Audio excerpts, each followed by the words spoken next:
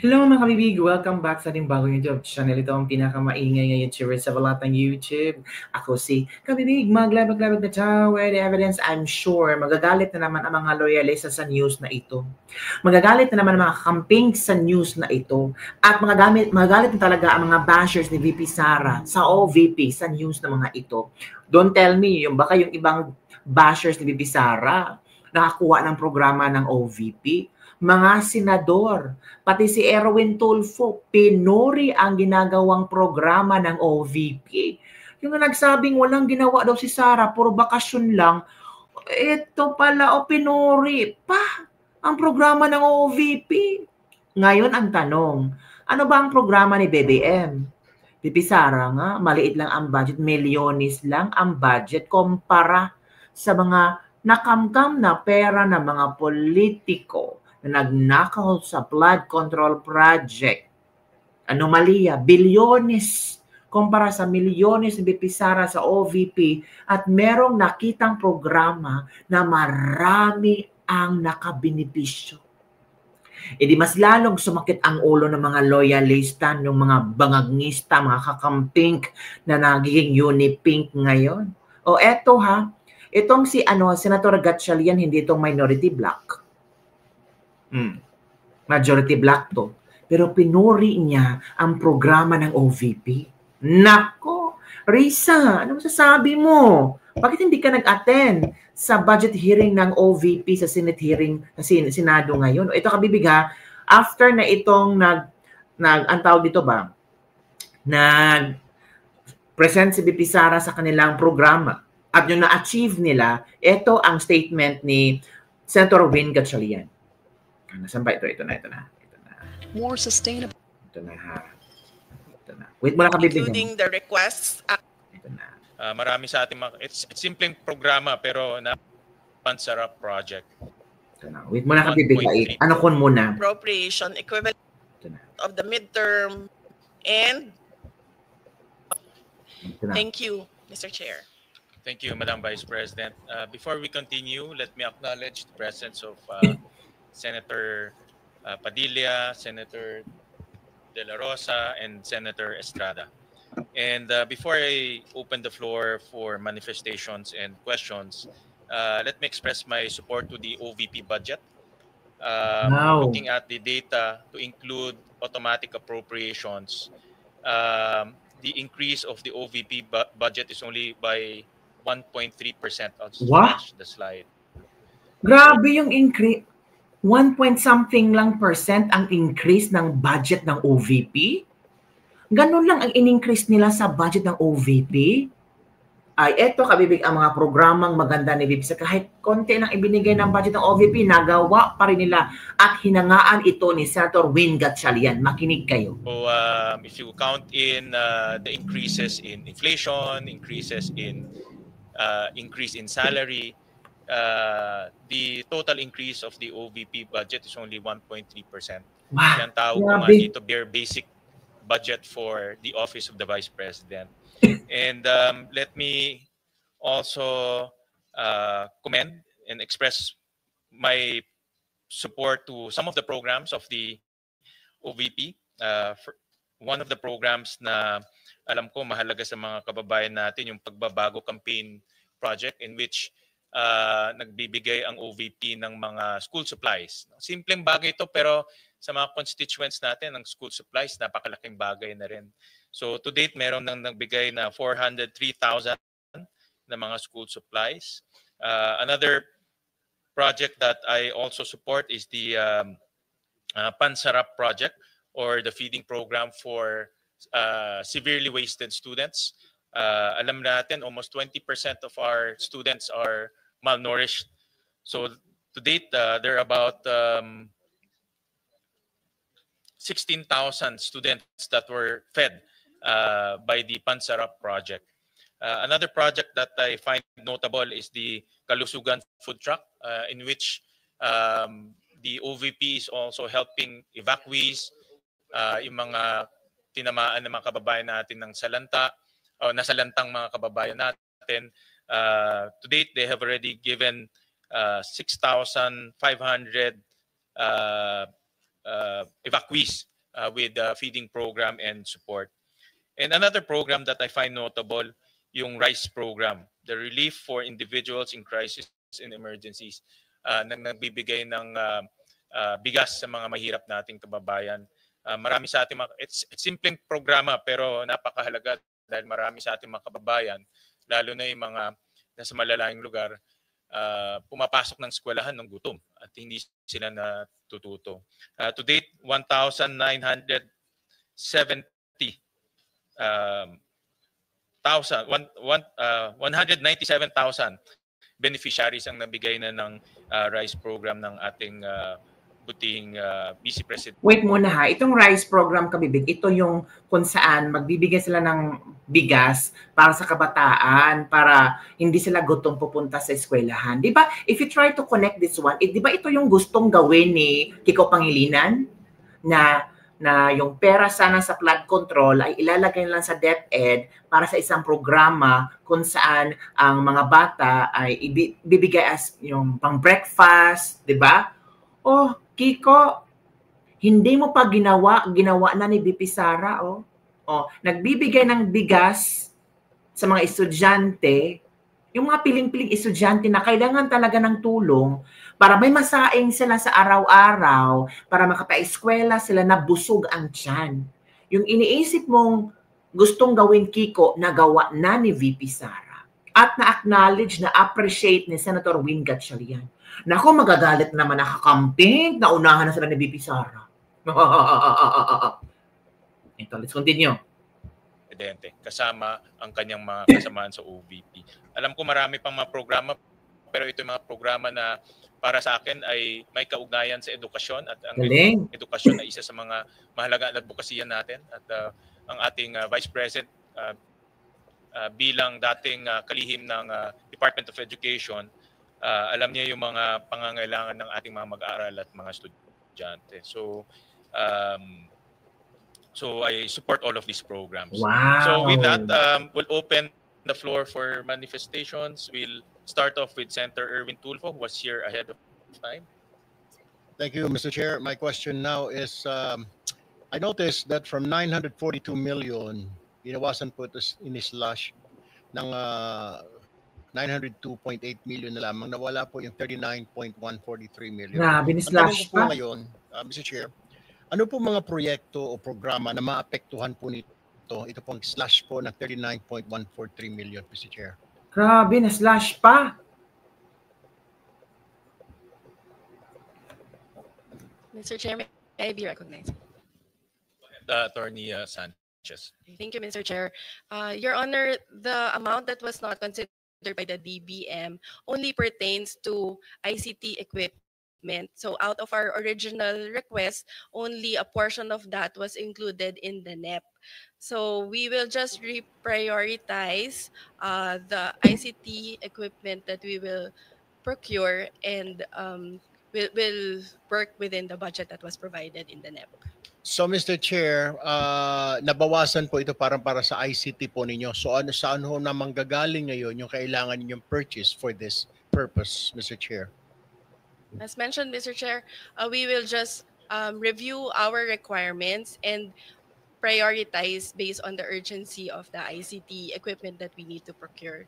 So some of the items will have to be deferred, or we may need to forgo some of the items, Mr. Chair. Ano-ano po, Mr. Chair, mga bago existing programs ng OVP na popondohan po ng OVP this year? Kasi I noticed from 744.1 million po na budget ng 2025, you're asking for 902, pero nabanggit nga po ni VP kanina na mostly ay sa MOOE, mapupunta po 100 plus million po yata.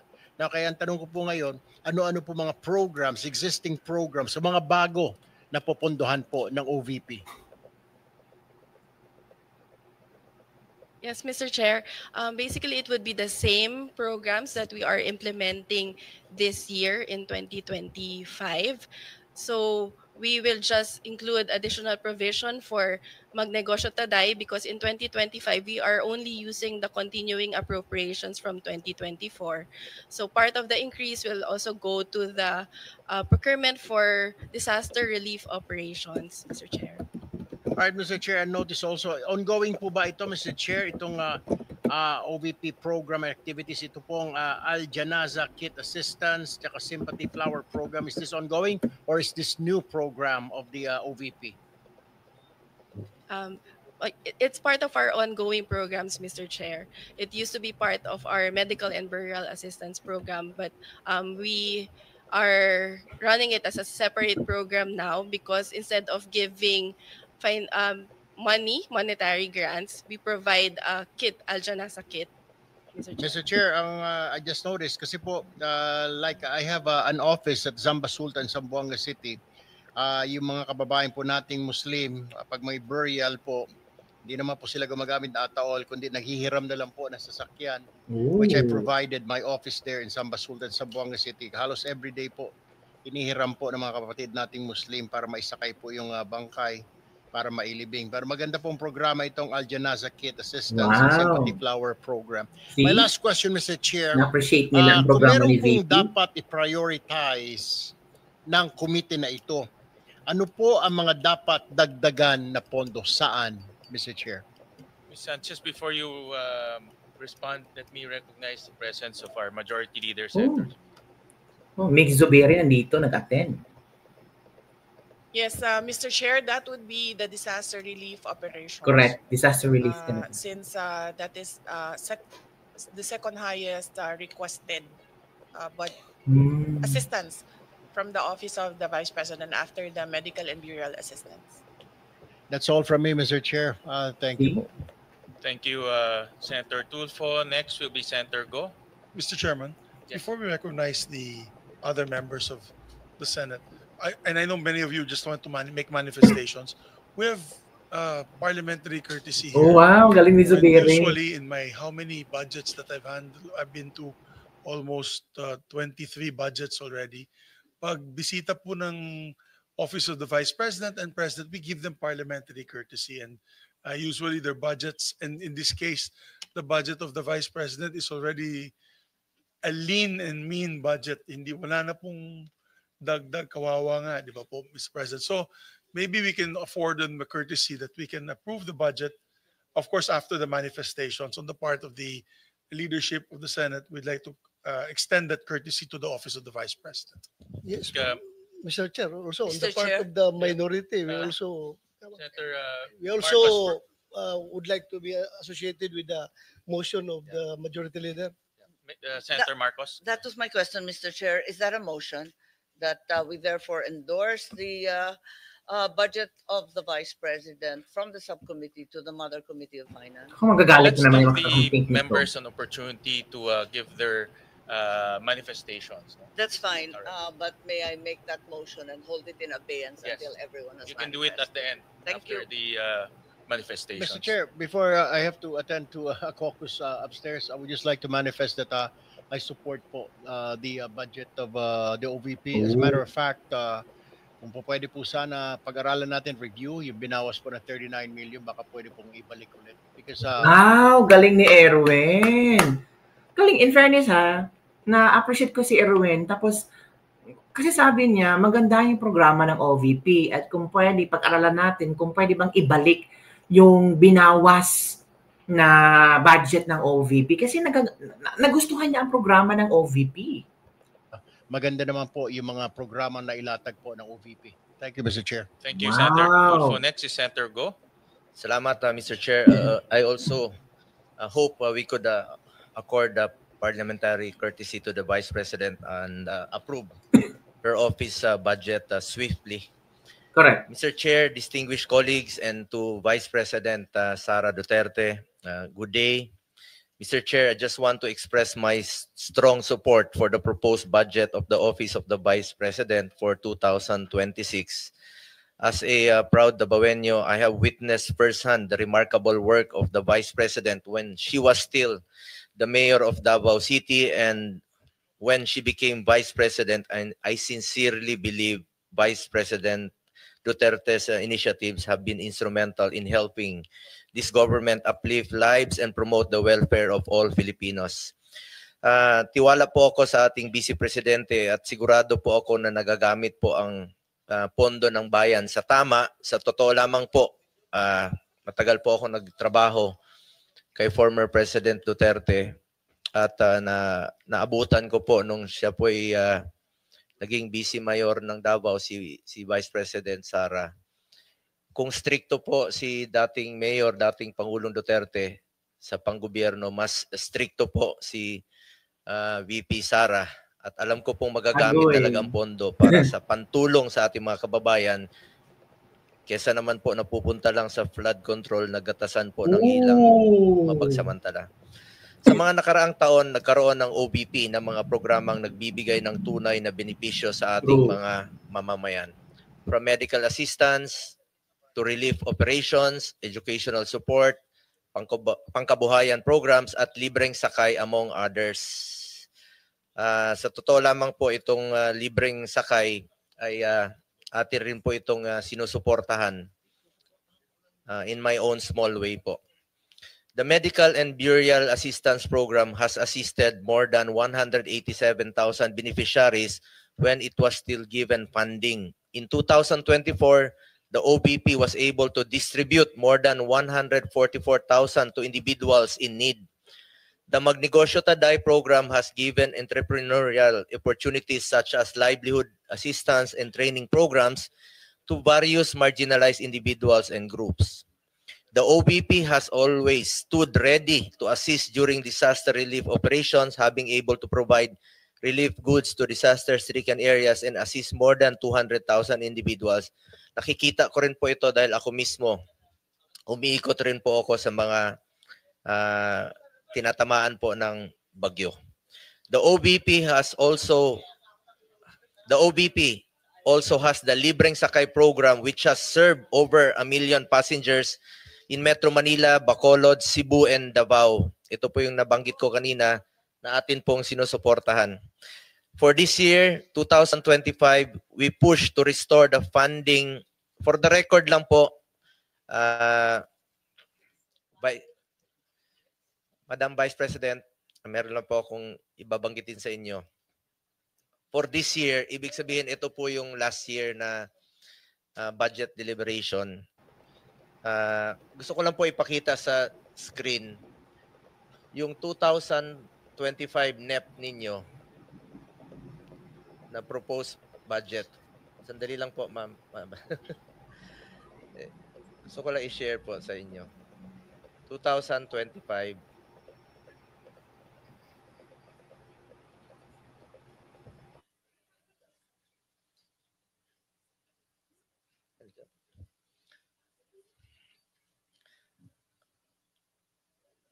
Hindi, yung NEP. Saan na yan? Ayun. Yung 2025 na NEP ninyo, yun po yung proposed budget ninyo for this year sa 2025. Pagdating po rito, after the GAB, ibig sabihin, after dumaan po sa lower house, ginawa pong 733 million. So, ibig po sabihin na nabawasan po pagdating dito sa Senado. Ito po yung sa 2025. We push to restore the funding for socio-economic programs of the OBP, which was cut by the lower house. Dahil alam natin na malaking tulong po ito sa mahalagang programa po ng OBP na may direktang benepisyo sa ating mga kababayan. From the proposed 2 billion in the NEP, the OBP only received 733 million in the 2025 GAA. Hindi po napondohan at binawasan po ang pondo sa mga programa na pangtulong po sa ating mga kababayan. In fact, I wrote a letter to then Finance Chair Senator Grace po to restore funding for the OBP. Nakakalungkot lang po na hindi ito napagbigyan. Majority rules dito at minsan po ay small bycam po ang nagdi-decide. Marami po sanang matutulungan ito kung na-approve po itong budget. Ma'am, ayan po yung sulat ko for yung last year po. Sa totoo lang po, inihalal po ang Vice President hindi lamang para umupo sa pwesto at maging spare tire. Inihalal po siya para maging working Vice President para maglingkod at tumugon sa pangangailangan ng ating mga kababayan. That is why for next year, I urge the Senate to support the budget of the OVP in full. Napakaliit po ng increase. 1% lang po. 1% lang increase, grabe. Alam naman natin na marami pong matutulungan. Programa. Kung pwede lang po, Mr. Chair, kung allowed po ito, bawasan po ang budget ko sa opisina sa Senado. Kahit konti, ilagay na lang po sa OVP. Mr. Chair, lahat tayo na sa gobyerno, public servants, we are meant to serve the Filipino people. Basic mandate po ang tumulong, lalo na po sa mga nangailangan ng social services. Nakikita ko po yan, mahaba po ang pila sa kanya mga satellite office. Correct yan. We must further empower and help BP's office to respond to the needs of the Filipino people, especially the marginalized sector. Muli, nais ko pong ipahayag ang aking suporta para sa budget ng OVP. Alang-alang na lang po sa mga kababayan nating mahirap, let's support her to be a working Vice President. Correct. Maraming salamat. Agree. Maraming salamat, Senator Go. Next is Senator Marcos. Yes, karangalan at ligaya ko na makasama sa ibang mga project na ito. Kaya alam ko na talagang magaganda at tulong sa ating mga mamamayan ang ginagawa ng OVP. Bilyon-bilyon ang naririnig nating na hinahatid na tinatawag na basura doon sa flood control. Kung tutuusin, wala pang 1 bilyon ang hinihingi ng OVP. Barya lang po ito, ibigay na po natin. Tama. Pa. At dahil dito, nagmotion na po ako na sana ipasa na natin at i-endorse na sa malaking tulong. Mr. Chairman, if I may. So there was a motion duly seconded by Senator Amy Marcos. I made that motion earlier. Of course, with the amendment that yung budget daw ni Senator Bongo idagdag natin sa OVP. Kasi siya na mismo nag-offer, Mr. President. So you can make that amendment in the budget para madagdagan sila. I so move, Mr. Chairman. Second motion, Mr. Chairman. Senator Padilla, do you have any before I act on that, I know that you have my manifestation. Maraming salamat po. Sinusundan ko na po ang sinambit ni Senator Marcos at si Senator Subiri. Yeah, thank you. Senator Estrada, before I act on the motion, ito na, Estrada na. I fully support the budget of the Office of the Vice President. And then I would like to associate myself again with the statement of Senator Bongo. Total naman, meron nagsabi ni sa Senador na malaki insertion natin. Ibigay na natin sa Office of the Vice President para maging working Vice President siya. Galing ni Estrada, manghirit. Wow, galing ni Estrada. Meron namang senador na sasabi na marami na tayong insertions last 19th Congress ibigyan na natin sa OVP. Yung inihingi lang budget, maliit lang yan Kinaltasan pa. 1% increase. So yun, kabibig ha. I'm sure magagalit na naman ang mga bangagers, mga loyalista, mga unipinks. Kasi pinuri ni na Erwin Tulfo, ni Win Gatchalian ang mga ginagawang programa ng OVP. O ikaw, na-try mo na ba mga programa ng OVP? Balita ko, mataas daw ang linya sa mga OVP satellites. Araw-araw may pumupunta at talagang wala maski isang tao bigong hindi makakuha ng serbisyong tulong galing sa OVP. Ilang kabibig, don't forget to like, subscribe, and share this video. Ikaw ha, comment below kung ano ang na-experience mo sa OVP satellites, kung paano ito nakakatulong sa buhay mo. At grabe si Senator Bongo, bibigyan na lang daw yung ilang porsyento ng kaniyang budget para talagang nakikita na si Senator Bongo na she is a working Vice President, hindi siya spare tire. Sa ni Jinggoy, ibigyan na natin kasi may isang senador dito na sasabi na marami dito tayong insertions. Ibigyan natin sa VP yung budget. Iba ha? Sabi ni Senator Amy Marcos, madami nga dyan nga mali-maletang dinedeliver na tatawag lang basura. Tapos itong OVP na maraming ginawa. Kinakaltasan pa. 1% lang ang tubo. Diba? Grabe, no? Ilang kabibig, don't forget to like, subscribe, and share this video. Bye everyone. See you next time.